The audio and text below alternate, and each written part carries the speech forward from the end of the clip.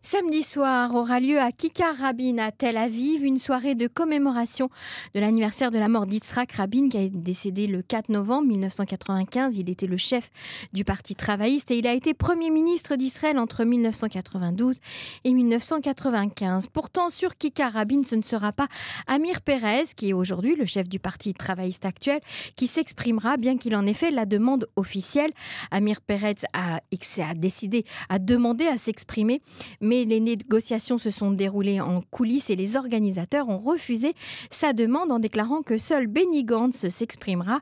Ils ont estimé que Benny Gantz, choisi en septembre comme le représentant principal du bloc de centre-gauche qui cherche actuellement à former la prochaine coalition, était la personnalité la mieux placée pour représenter le camp de la paix et de l'unité. Le bureau du Parti travailliste a réagi en déclarant que le refus de laisser parler Amir Pérez salissait l'héritage de Rabin qui a été assassiné en raison de considérations politiques qu'il défendait en tant que chef du Parti travailliste. Nous avons en ligne Marilyn Smadja, qui est fondatrice du mouvement des femmes pour la paix. Marilyn Smadja qui a déjà pris la parole lors d'une soirée commémorative à la mémoire d'Yitzhak Rabin et qui la reprendra cette fois à la tribune samedi soir, donc sur la place Kikar Rabin de Tel Aviv. Marilyn, bonsoir.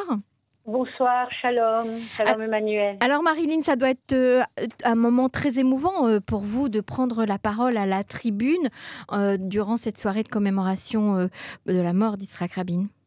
Oui, émouvant, mais je dirais surtout important pour nous, pour le mouvement Women Watch Peace, les femmes font la paix. Et je crois vraiment cette fois-ci encore plus pour toutes les femmes. Parce qu'en fait, on est 4 femmes à monter sur la scène, et 4 femmes complètement différentes, des femmes de droite, centre et gauche, des femmes arabes et juives, des femmes religieuses, traditionnalistes ou laïques. Vous connaissez notre mouvement et son unicité et sa variété.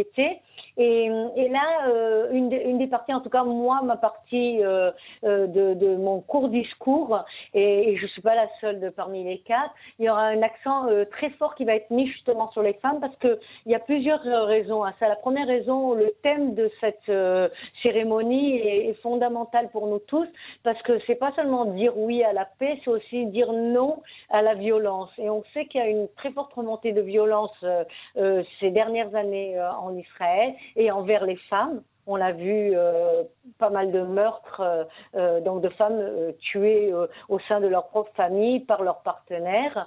Donc, et puis aussi, tous ces derniers temps, on entend parler de la violence à l'intérieur de la population arabe, et on est évidemment tous concernés. On pense aussi, et enfin, ça a été vérifié aussi dans des travaux de recherche, que le conflit avec les Palestiniens et toute la tension que nous vivons en Israël a aussi des retombées sur nous, sur notre manière de nous comporter, nous, en tant que société, et ça concerne vraiment tout le monde, hein, entre les juifs de tous les bords, etc. Donc, il y a pas mal de haine. Maintenant, ça fait aussi 1 an qu'on est sans le gouvernement, comme vous le savez, et ça pousse toutes ces élections, une après l'autre. Il y a eu 3 élections déjà en Israël, municipales et 2 nationales. On risque de tomber dans de 3e élections qui seront un vrai suicide national, parce que vraiment les gens n'en peuvent vraiment plus.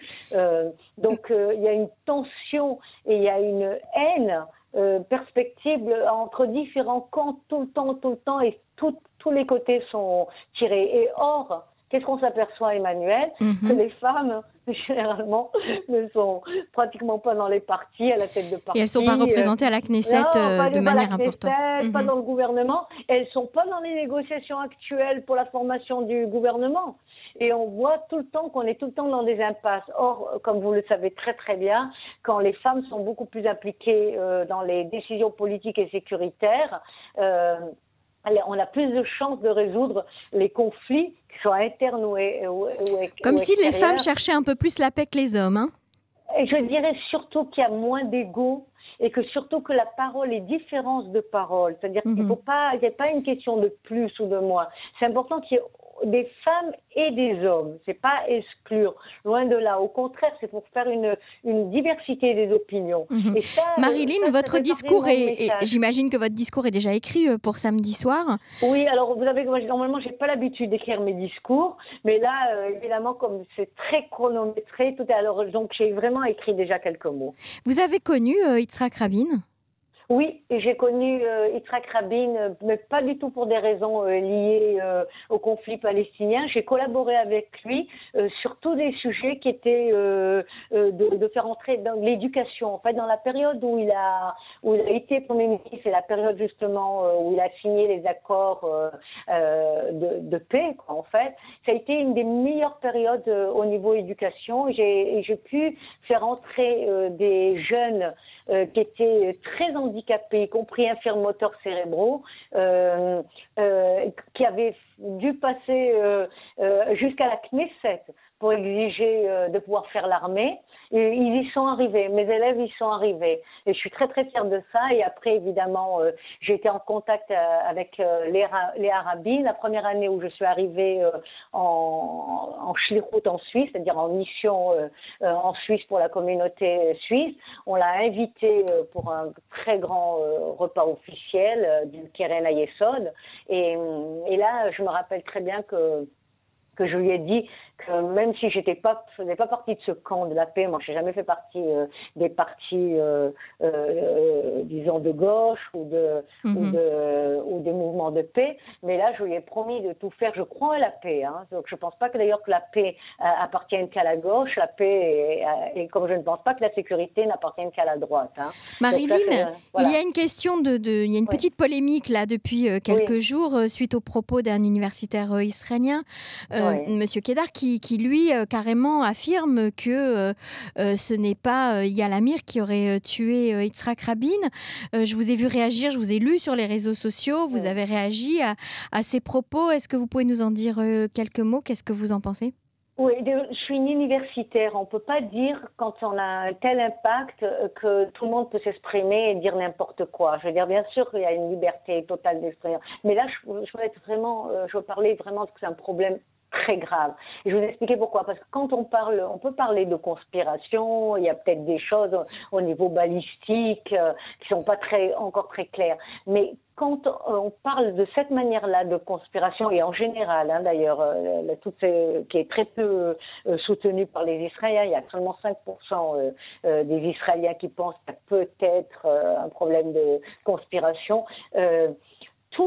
Tous ces gens-là qui ont cette théorie ne font qu'une chose, c'est faire croire que l'assassin n'était pas Yigal Amir, et donc l'assassinat n'était pas un assassinat politique. Et ça, c'est gravissime, parce que si on ne voit pas le problème tel qu'il est, que Dieu préserve, nous pourrons un jour nous retrouver face à ce qui était pour nous avant, et je parle vraiment des gens de droite, de centre et de gauche, la majorité, quelque chose d'impensable. Or, le climat à cette époque-là faisait que Yigal Amir s'est senti de punir le traître Rabin, qui était un traître à cause des accords d'Oslo, etc.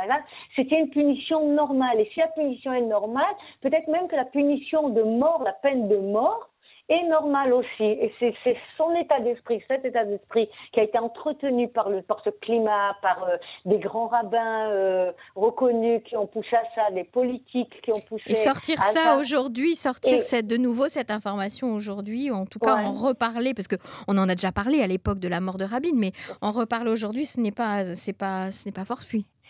D'abord, c'est pas un hasard, mais c'est aussi dangereux pour le pays. Il faut le comprendre. C'est pas, je vous le dis franchement, c'est pas le Parti travailliste qui a attaqué. C'est pas, c'est un peu des bêtises. Très bien. Enfin, je suis désolée de le dire. Hein. Très bien, merci en tout cas pour votre réaction. La sécurité du pays et la solidarité entre nous dans le pays. Il faut qu'on affronte les choses de face pour pouvoir bien les résoudre. Merci beaucoup, Marie. J'attends que tout le monde se joigne et bon courage Bon courage pour samedi soir, donc pour votre allocution à Kikar Rabin. Merci beaucoup. Merci, Toda, Shalom.